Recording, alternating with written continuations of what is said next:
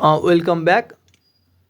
यसमा चाहिँ हामीले के हेर्न खोज्दैछ भन्दाखेरि अर्गनाइजेसनल प्रोसेस एसेट्स अनि गएर त्यो बारेमा हेर्न खोज्दैछ। So let's so this organisational स्ट्रक्चरले कुरा गर्छ, ability of research influence how projects are conducted भन्ने कुराहरू गर्छ। ल ठिक छ, अर्गनाइजेसनल प्रोसेस एसेट्सको बारेमा ल्याएको खास चाहिँ मैले यसमा के भन्न खोजेको भन्दा यो चाहिँ के हो त 4P मतलब plans, processes, policies, procedures and knowledge bases हो। फर्मल र इन्फर्मल यो प्लान प्रोसिजरहरू पनि पर्न सक्छन् अर्गनाइजेसन प्रोसेस एसेट्सभित्र। अर्गनाइजेसन ओभरअल प्रोसेस एसेटहरू के छन् त भन्ने कुरा धेरै प्लानिङ प्रोसेसहरूको लागि इनपुट हो।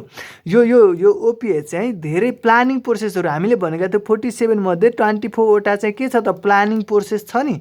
त्यो प्लानिङ प्रोसेस 24 वटा लगभग 24 वटामै यो चाहिँ के जान्छ त इनपुट एज अ इनपुट टुलको रूपमा जान्छ। सो त्यो चाहिँ भन्न खोजेको। र यो दुईटै क्याटेगोरीमा बाँड्न सकिन्छ। एउटा छ प्रोसेसेस एन्ड प्रोसिड्युर्स र अर्को छ corporate knowledge base.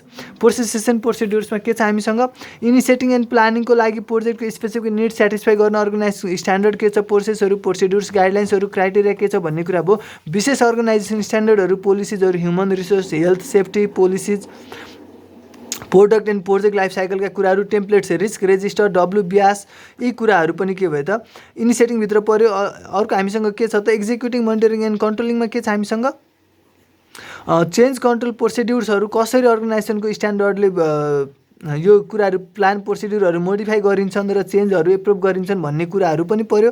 Financial control procedure, issue and defect management procedures, risk control प्रोसिड्युरहरू लगभग अलमोस्ट कन्ट्रोल कुराहरू चाहिँ यसभित्र परे। अर्को भनेको प्रोजेक्ट क्लोजर गाइडलाइन्स र रिक्वायरमेन्ट्सहरू के हुन् भन्ने कुराहरू क्लोजिङमा पर्यो। यो थियो हाम्रो प्रोसेस एन्ड प्रोसिड्युर्सवाला क्याटेगोरी। र यी चिजहरू नै हाम्रो हरेक अब प्लानहरूमा चाहिँ इम्प्लिमेन्ट हुन्छ, युज हुन्छ। जहाँ जहाँ तपाईँले अर्गनाइजेसन प्रोसेस एसेट देख्नुहुन्छ त्यहाँ सबै ठाउँमा सबै कुरा होइन कि त्यो ठाउँमा त्यो क्षेत्रको भ्यालिड चिज चाहिँ त्यहीमा इन्क्लुड भएको हुन्छ। फर इक्जाम्पल तपाईँको प्लानवाला छ भने प्लानमा चाहिँ प्लानिङको वाला गाइडलाइन्स स्ट्यान्डर्डहरू चाहियो होला। कन्ट्रोलिङमा छ भने कन्ट्रोलिङवालाका इतिहासका कुराहरू चाहियो होला।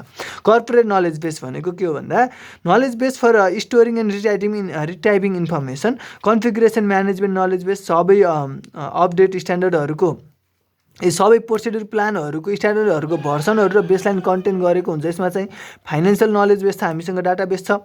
त्यसमा के हुन्छ त लेबर आवर, इन्कर्ड कस्ट के कति छ भन्ने कुरा हुन्छ। Historical information, lessons learn knowledge base हो।